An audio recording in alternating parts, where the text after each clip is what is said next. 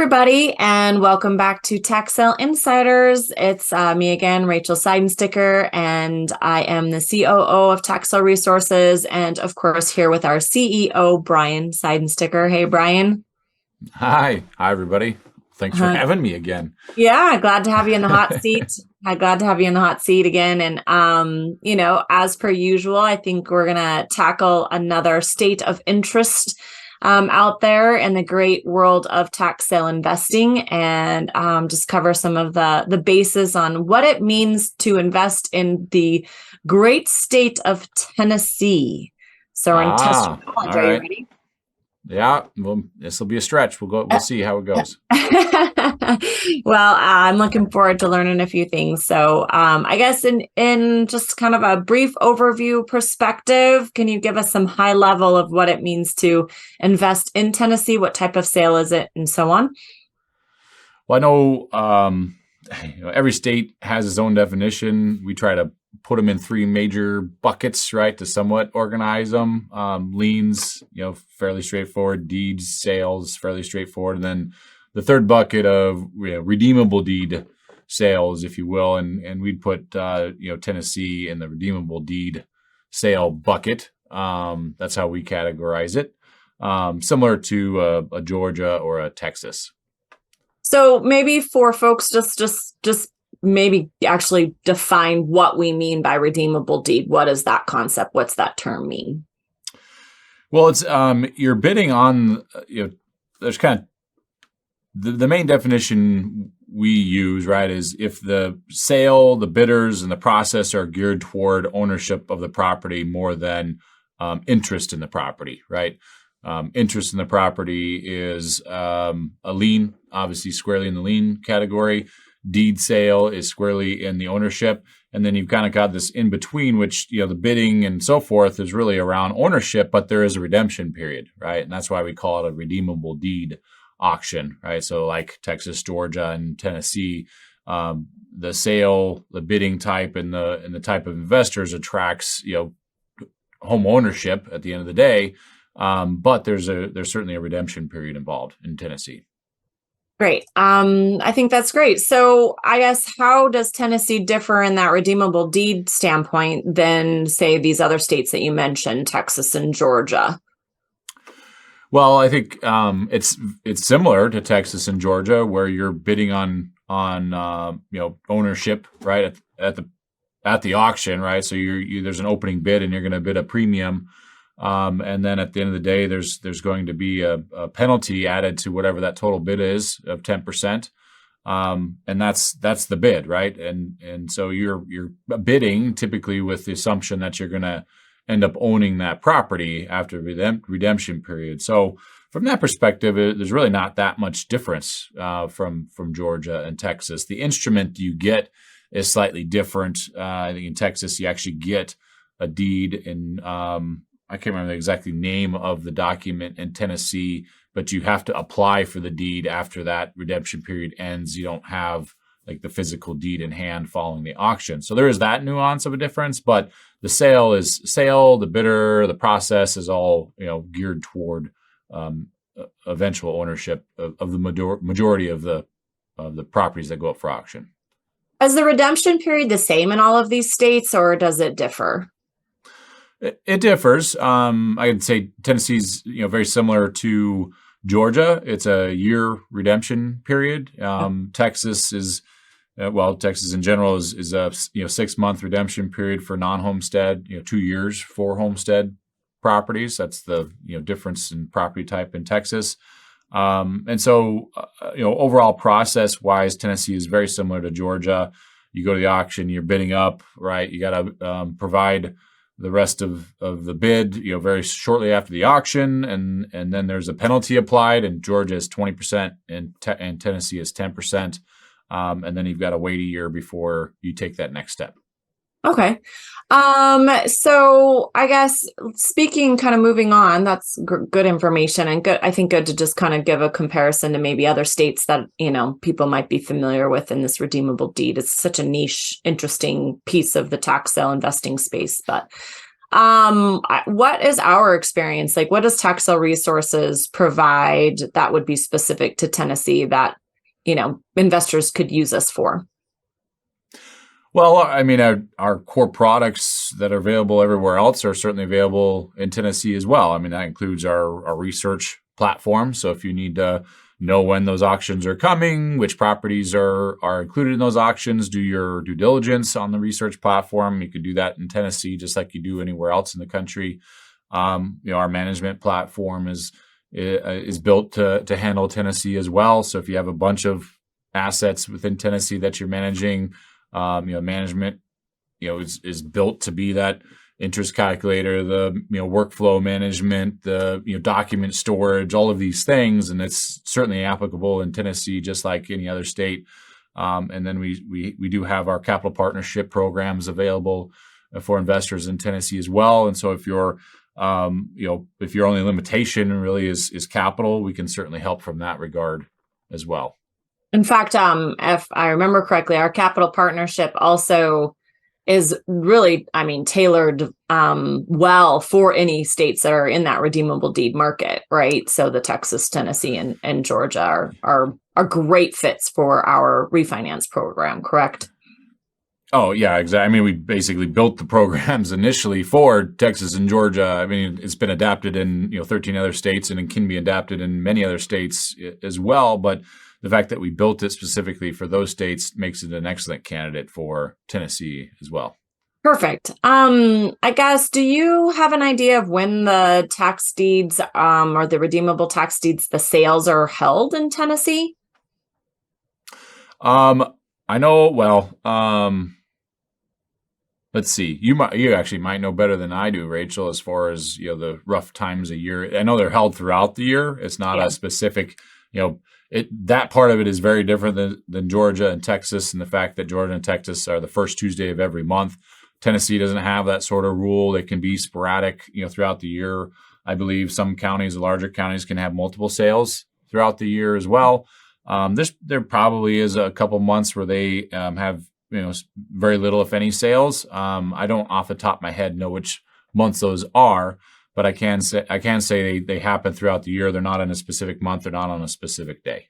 Yeah, I think that you touched it as best as I would as well. So I think you covered it. We're good. And to make the point, there are a couple of those bigger counties where I know they have multiple sales, not every month, but they do have multiple sales throughout the year. So good to keep an eye out on those.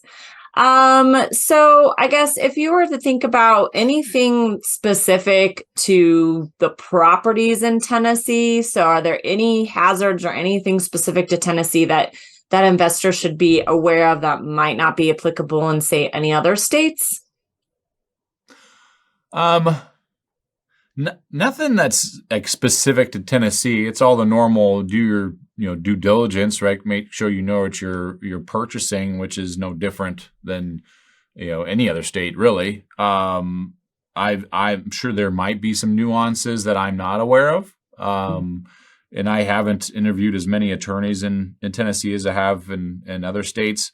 I mean, a couple things to keep in mind, is you are bidding a premium, right? That premium is typically on with assumption that you're going to own the property, so it's fairly competitive compared to liens. That's why we put it squarely in the redeemable deed bucket.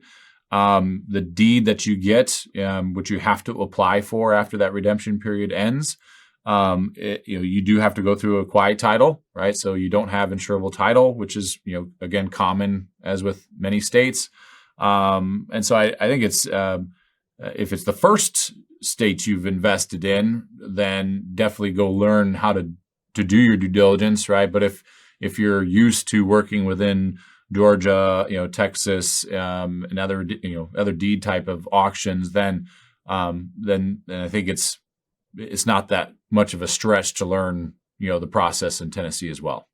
Okay, great. So just a quick, I know this might be more like, what are the pros of investing in redeemable deeds versus other types of sales? But if there's any, pros that are specific to Tennessee, let's add those in. But do you have any kind of high level pros and then even cons of the redeemable deed sale versus other sales, and then, like I said, specifics to Tennessee if you've got them to throw in there.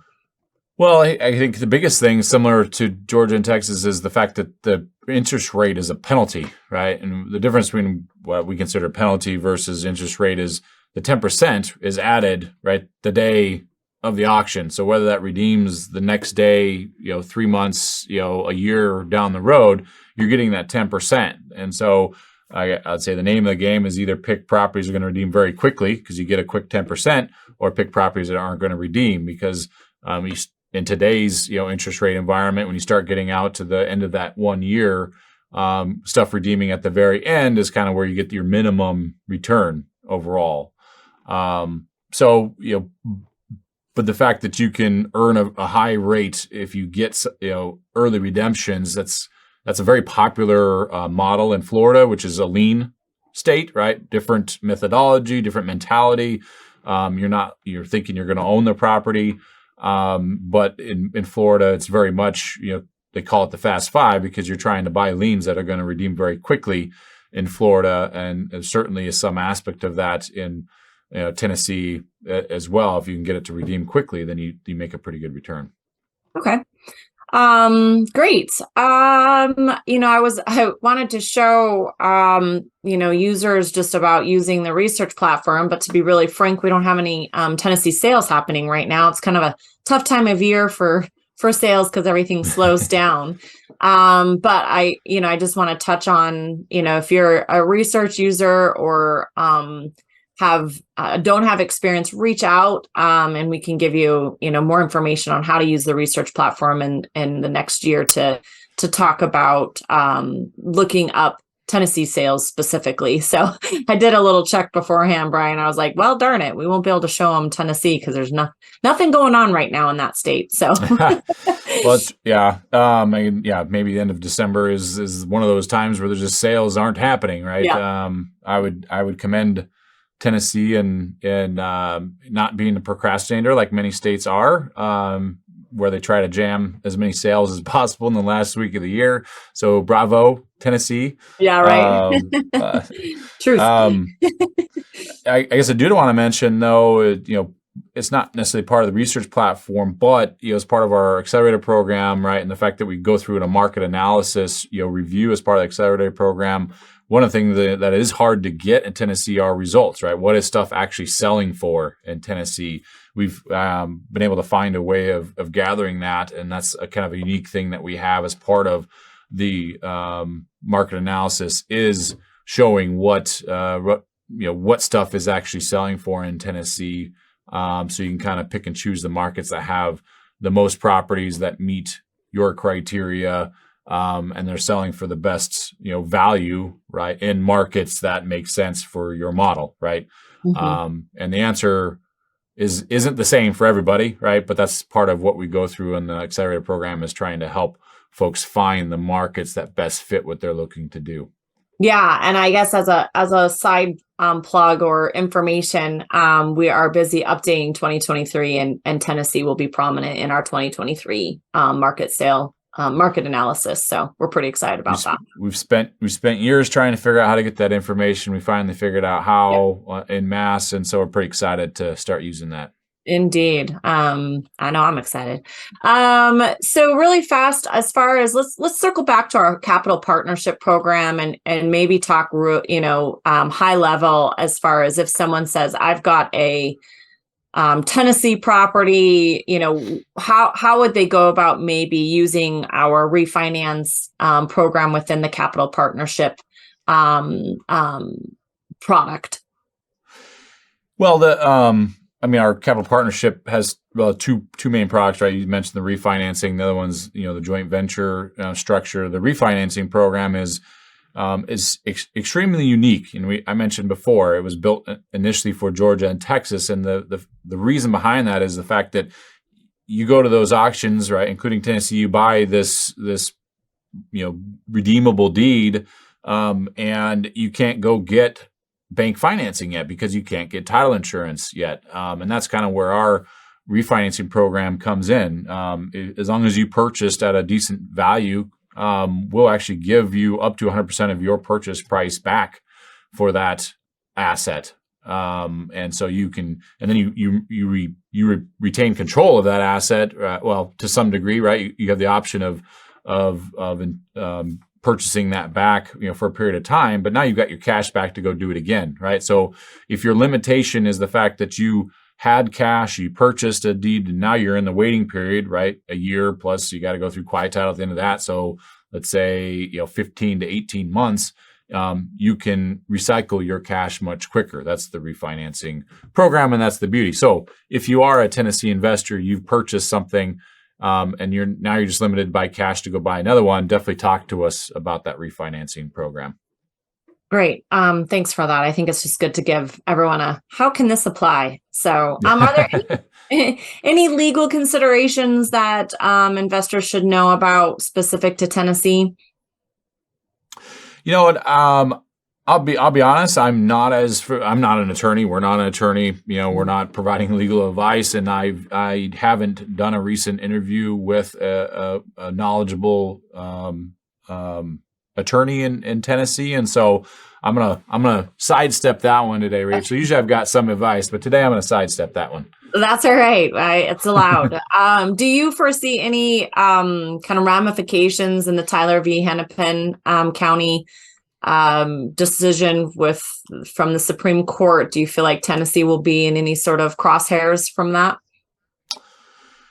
Well, I'd say the process-wise, right, and this is where I'm not an expert in exactly what happens with the surplus funds in Tennessee, but process-wise, the thing that Tyler Hennepin was hitting on is if there's a surplus generated, right, that surplus needs to be made available to prior owner and other interested parties, right, the mortgage holder, et cetera.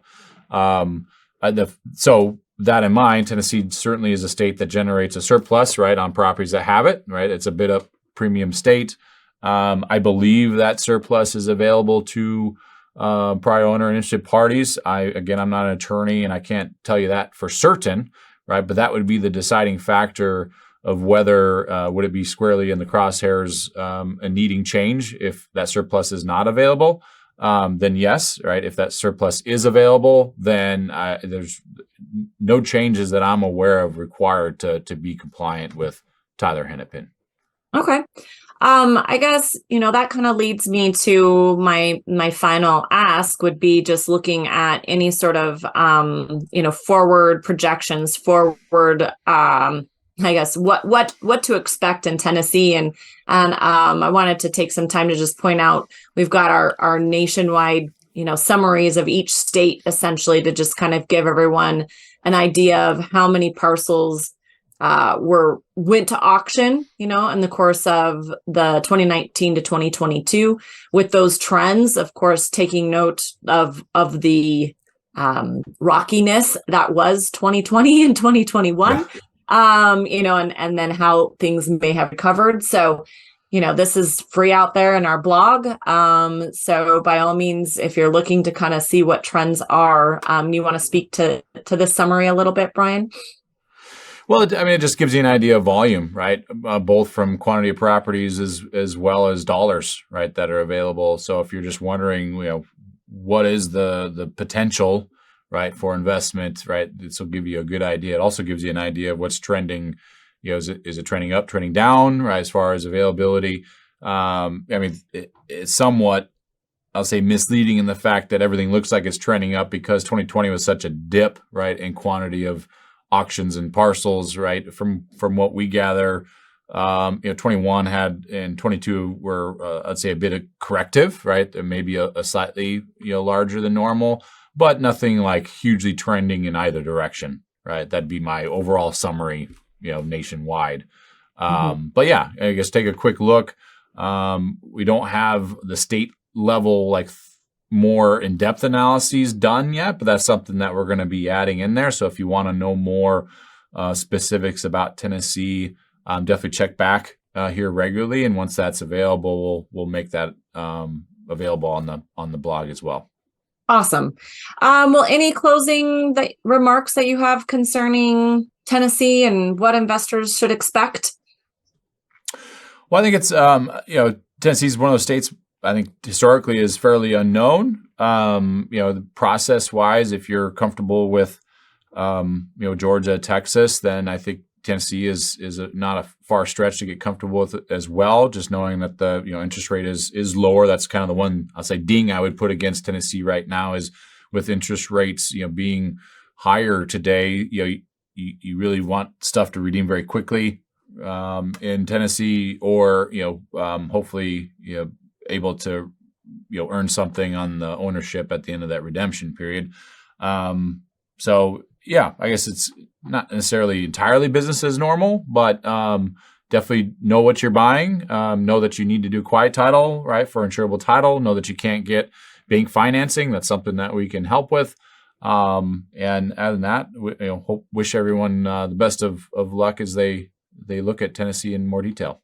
Indeed. Yeah. One side note is that I think the majority of the state is still live sales, which is an important thing, I think, for specific investors. But we have seen a trend toward more online auctions. So, always something to kind of weigh when you're venturing into a specific state. So very true. Very true. Yeah. I tell people all day long, right? Data doesn't lie, and you still get in general, you get much better deals at live auctions because the competition is not as crazy as online auctions. And I think we all know that live auctions are slowly dying. I don't know if they'll ever entirely disappear, but there's much fewer of them today than there were 4 years ago pre-COVID. And Tennessee is one of the states that still has many live auctions. So if you're looking for great deals, then maybe Tennessee's a place to look. Yeah, indeed. Well, thanks, Brian. Appreciate it. Good luck to all of you out there, and happy investing. Yep. Good luck, everybody.